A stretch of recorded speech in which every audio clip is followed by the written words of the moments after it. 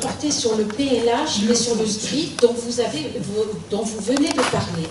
Je l'ai lu et je voudrais, en fait, j'ai une simple question, je voudrais savoir qui a élaboré le SDRIF et qui a pris la décision d'imposer 70 000 logements dans nos communes. Voilà.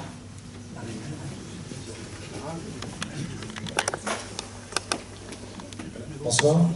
Moi je suis commerçant sur la ville, donc je connais un petit peu moins bien que vous le tissu urbain de la ville de Melunay, mais je vous écoutais attentivement et la réflexion qui me vient à l'idée, c'est que aussi bien le PLH que le PLU sont des outils, principalement, ne sont pas des finalités en soi, donc elles renvoient à des orientations, des stratégies, des politiques. J'ai bien vu un slide, alors je ne sais pas si ça résume un peu les choix de cette municipalité. Je connaissais les choix de l'ancienne, que je ne partageais pas, en termes de choix, j'entends. Là, j'ai vu un slide qui se résume à 65% d'accession, 10% de logements sociaux, donc c'est un peu réducteur, j'imagine. Ça renvoie certainement à des questions. Mon interrogation était celle-ci, ne connaissant pas à titre personnel, peut-être que les gens dans ça sont parfaitement faits de ça, les orientations de la ville concernant ces questions-là, non pas en tant que stratégie, non pas en tant qu'outil. Je pense que c'est ça le vrai sujet. On parlait de comme ça, mais de détermination de population pour aller vite, un rapport cible, de qualité de vie ou autre en fonction des choix. Je pense que le vrai sujet, à mon avis, ce serait de savoir réellement s'il y a partage entre les orientations de municipalité, qui sont certainement définies à travers certainement des orientations qui ont été actées en conseil municipal ou pas, je n'en sais rien, et ce que vous dénoncez comme étant pas forcément la meilleure stratégie quant à l'utilisation de ces différents outils. Voilà, tout simplement. Est-ce qu'on peut avoir des réponses aux questions? Parce que sinon, je vous la fais.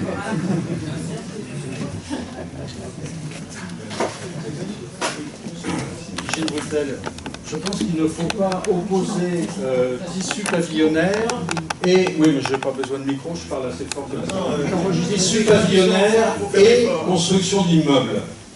À Aulnay, il suffit de regarder là, la place de la Gare, le boulevard de Strasbourg, la route des Petits Ponts. Alors, je ne sais pas comment elle s'appelle en fait. Il y a des tas dans les grandes artères d'Aulnay, il y a des tas d'immeubles de 1 étage. C'est pas à la hauteur d'une ville de 80 000 habitants. Donc on peut faire des constructions neuves en rasant ces espèces d'habitats qui datent des années 30 et qui n'ont pas leur place dans une ville. Voilà, donc je pense qu'il ne faut pas opposer construction d'immeubles et pavillons. Il n'est pas question de transformer les pavillons en immeubles. Par contre, il y a suffisamment d'immeubles qui méritent d'appartenir au passé et de construire des choses à peu près saines, à peu près à la hauteur d'une ville. Quand on sort de la gare, qu'est-ce qu'on voit sur la gauche, sur la droite, pardon? Des espèces de petits trucs qui n'ont rien à voir. Voilà. C'était un constat d'un Aulnaysien depuis 40 ans.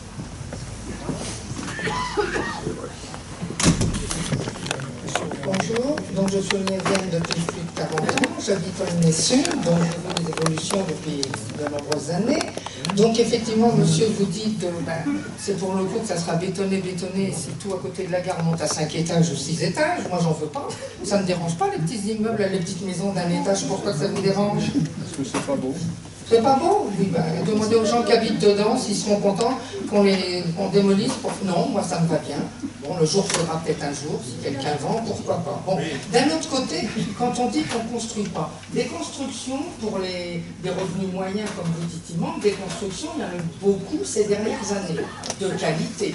Je reprocherais, moi, effectivement, qu'ils sont sur le trottoir. Ça me gêne beaucoup qu'il n'y ait pas au moins 3 mètres de façade. Mais ça, c'est autre chose, c'est un autre problème. Maintenant, des logements sociaux à Aulnay, on n'en manque pas. Attendez, on ne va pas nous dire qu'on en manque. On en manque beaucoup. Non, eh oui. On ne prend pas de réaction. Non, on ne manque pas de logements sociaux non plus. Bon, dites ce que vous comment? Non. Au sud, mais on ne peut pas mettre d'immeubles au sud, on n'avait pas dit, madame. Vous voyez, à un moment, on voulait effectivement construire. Mais oui, donc le sud, c'est pavillonnaire. Alors, on peut mettre des immeubles, je vois, à côté de chez nous, il y a... Monnier est parti, à un moment, vous voulez nous faire des grands immeubles et tout. Ben non, on s'est bataillé. qu'on nous fasse des petits immeubles de 4 étages dans une zone pavillonnaire correcte et tout. Mais voilà. Donc je pense que sur Aulnay, on a tout. Et on peut continuer. Il faut aller à New York. Voilà. Non, mais on ne va pas nous mettre 17 étages. On va essayer de régler les problèmes d'intervention de la salle pour éviter qu'il y ait des débats de façon à ce que vous dites ce que vous avez envie de dire. Ne vous opposez pas forcément à des gens qui penseraient différemment de vous, de façon à ce qu'on puisse se respecter les uns les autres, sinon le débat il sera extrêmement difficile. Je réponds pour le SDRIF. Le SDRIF, c'est le schéma de l'Île-de-France, il a été voté de mémoire début 2013 par la région. Schéma directeur de la région Île-de-France. La région. C'est des compétences de la région de regarder en termes progressivement d'étalement urbain la façon et la vision que la région a de la façon d'urbaniser l'Île-de-France et de faire en sorte de rester dans un périmètre qui reste, semble-t-il, entre guillemets, acceptable.